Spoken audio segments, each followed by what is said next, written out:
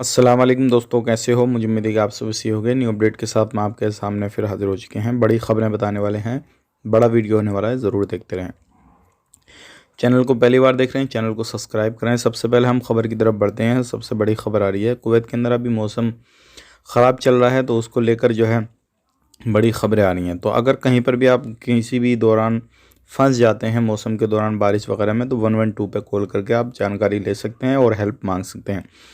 अब बात कर लेते हैं यहाँ पे, जैसे कि आपको मालूम है बहुत सारी जगहों पे पानी वगैरह भरा हुआ है, बहुत सारी जगहों से निकल चुका है और आने वाले वक्त में पता नहीं बारिश ज़्यादा होए तो परेशानी पड़े।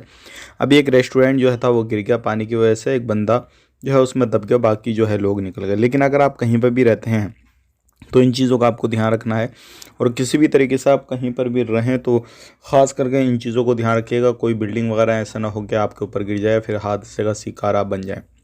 बात कर लेते हैं यहाँ पे अगली खबर की तरफ। जो अगली खबर आ रही निकल के, ये भी काफ़ी बड़ी है। जैसे कि आपको मालूम है कुवैत के अंदर जो है जब शादी होती है तो उल्टा जहेज़ जो है वो लड़के वाले देते हैं। तो 10 लाख दिनार जो है वो एक चेक दिया गया है, एक मर्द ने अपनी बीवी को चेक दिया है। तो बड़ी अच्छी खबर है ये। और अपने इंडिया, पाकिस्तान, बगारत वगैरह जो है इन देशों में जो है जहेज़ लिया जाता है।